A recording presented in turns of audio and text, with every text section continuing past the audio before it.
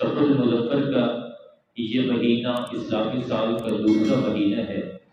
اس دوسرے مہینے کے اندر جناب رسول اللہ صلی اللہ علیہ وسلم نے اپنا وہ شہر مکہ جہاں پہ نبی کریم صلی اللہ علیہ وسلم پیدا ہوئے، جہاں پہ نبی کریم صلی اللہ علیہ وسلم نے بچپن گزارا، جہاں پہ نبی کریم صلی اللہ علیہ وسلم نے جوانی گزاری، جہاں پہ نبی کریم صلی اللہ علیہ وسلم نے 40 سال کی زندگی گزاری، اور اسی مکہ کے اندر نبی کریم صلی اللہ علیہ وسلم کو نبوت کا تاج ملا، ختم نبوت کا تاج آپ کے سر پہ سجایا گیا۔ اتنا معزز اور اتنا محترم اور مکرم شہر مکہ مکرمہ، جناب نبی کریم صلی اللہ علیہ وسلم نے اسی سفر المظفر کے اندر اس کو چھوڑا، اس کو الوداع کیا، ہجرت کر کے مدینہ منورہ تشریف لے گئے۔ نبی کریم صلی اللہ علیہ وسلم نے ہجرت اس وقت کی جب مسلمانوں پر ظلم و ستم کی انتہا ہو گئی، جب مسلمانوں کو، جب صحابہ کرام کو تپتے ہوئے انگاروں پر لٹایا گیا، جب سمیہ کے 2 ٹکڑے کر دیے گئے، جب زنیرہ کی آنکھیں نکالی گئی، جب صدیق اکبر کو مار مار کے بے ہوش کر دیا گیا،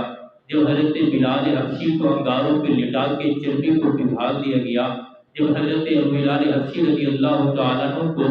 گھسیٹا گیا مکہ کی تپتی ہوئی ریت پر، جو ہے گھسیٹ کر جب مسلمان ان ظلم و ستم سے تنگ ہو گئے، تنگ ہو کر جناب نبی کریم صلی اللہ علیہ وسلم کی خدمت میں حاضر ہوئے، یا رسول اللہ اب ظلم برداشت نہیں ہوتا، بہت ظلم و ستم ہو چکا ہے، بڑا ظلم و ستم ہم نے سہ لیا ہے، بہت کچھ برداشت کر لیا ہے، سب کچھ سہ چکے ہیں، یا رسول اللہ اب ظلم برداشت نہیں ہوتا، اب ان کے تکلیف اور مصیبتیں برداشت نہیں ہوتی، یا تو ہمیں حکم دے ہم اس مکہ کو چھوڑ کر کہیں اور چلے جائیں، یا ہمیں حکم دے کہ ہم ان کے مقابلہ کے لیے نکل پڑے۔ اللہ رب العزت نے صحابہ کرام کو مکہ کے اندر جہاد کو حکم نہیں دیا،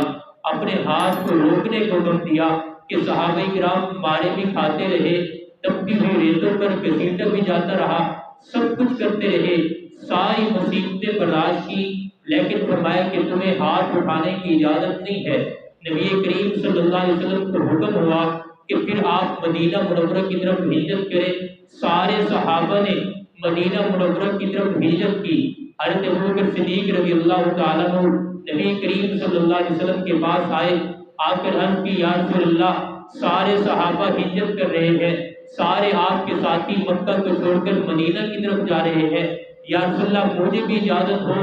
میں بھی ہجرت کر کے مدینہ منورہ کے اندر چلا جاؤں۔ تو نبی کریم صلی اللہ علیہ وسلم نے فرمایا ابوبکر